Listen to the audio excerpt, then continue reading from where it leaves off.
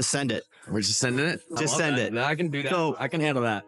there is a lot of marketing companies. Yes. I work for one of them. Right. You work for. You're in charge of one.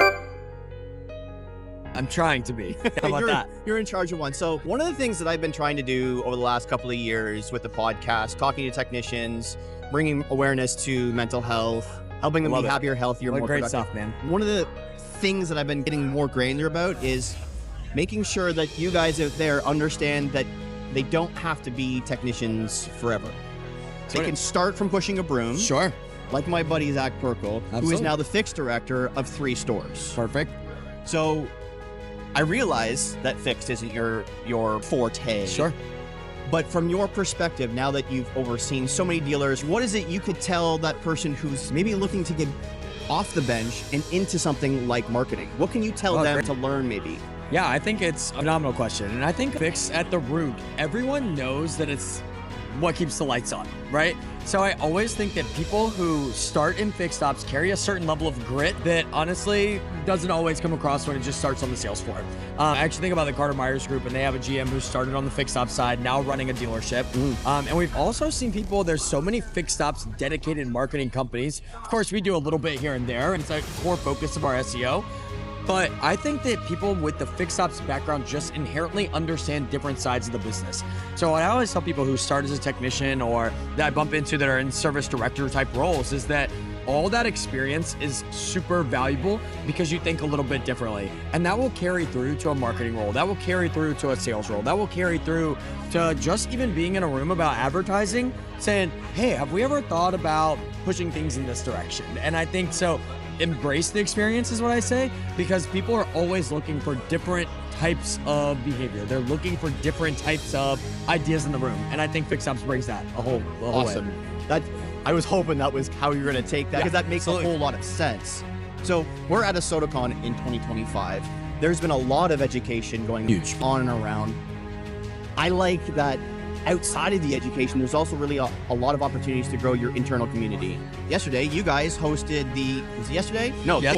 I don't know. One of the Somewhere. last days, you guys hosted the happy hour. Yeah, we did. The cool Yesterday. thing about those happy hours at these events is you spend time getting to know people that you've never met. Yeah.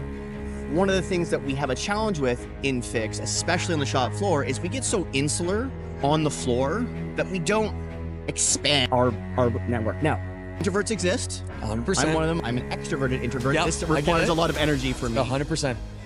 Events like this, what would you suggest to someone who is maybe now just become a service manager from a technician coming to these events?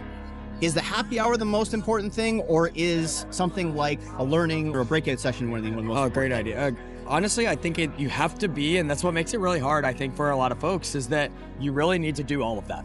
I think you have to be in the sessions because that will help you connect the dots of why is the front of the house and the sales side talking about these aspects, or what are tools? There's some great fixed ops specific tools here that I think are worth also spending time with to understand how are dealers using them.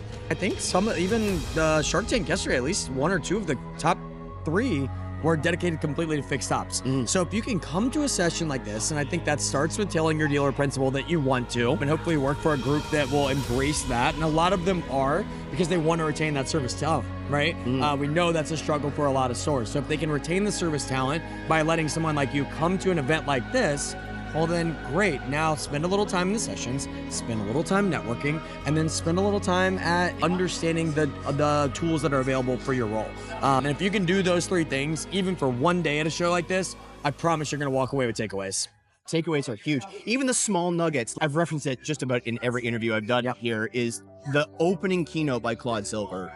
Amazing. Changing and shifting soft skills to power skills, because whilst they are a soft skill, they're not a hard technical skill. Right. They are incredibly powerful. That small takeaway, it's a mindset shift, right? Yeah. Every single time you think about it. Growing your power skills so that you can be a better communicator in the shop. You can be a more empathetic leader and so on. So the takeaways, big time. 100%. So I asked this question of every guest that I've ever interviewed is, what is a piece of advice, a piece of life advice that you would give a technician to be happier, healthier, more productive? Oh, great question. I think it starts with finding what is happiness and success to you. Because when you can align that, your expectation of yourself. Everyone, what success means is totally different for different people. But if you know what you're working towards, then you can measure your own success against you. And it's very easy in our industry and in today's society to say, well, that person's doing that and that person's doing that. And you start chasing these different opportunities. But if you know what it means for you and define that for you, your family, your community, your knit group, then you're measuring yourself against yourself. And I think ultimately that leads to more fulfillment. Spectacular advice. Hey, I've been preaching to you guys to journal for years. Big fan of journaling myself. So years. there you go. Literally what we're talking about. 100%. Make sure you understand what success looks like to you. 100%. Chad, thank you. Always very much. Thank Appreciate you so much for having me. Appreciate Very that. most welcome. And remember, folks, negative pushes, positive pulls, and always clean your toys before you put them away. I love it. Thanks, sir.